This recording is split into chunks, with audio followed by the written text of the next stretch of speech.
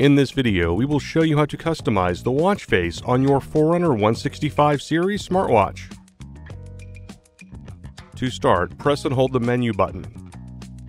Then press the Start/Stop button to select watch face.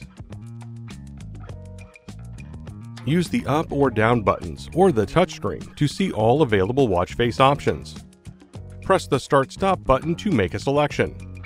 Now you can customize the watch face layout that you selected. Scroll down and select Customize. Then scroll down and select Data. This will allow you to customize the data displayed on the watch face.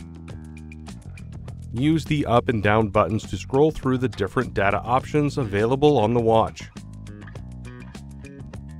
Press the Start/Stop button when ready to make a selection.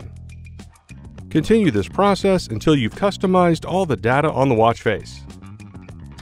You can also customize the accent color for your watch face. First, select Customize, followed by Accent Color. Use the up and down arrows to scroll through the available color options. Now, select your preferred accent color. Once done customizing the watch face, select Apply to enable the watch face. And that's it. You can now customize the watch face on your Forerunner 165 series smartwatch. For more help, please visit support.garmin.com. Thanks for watching.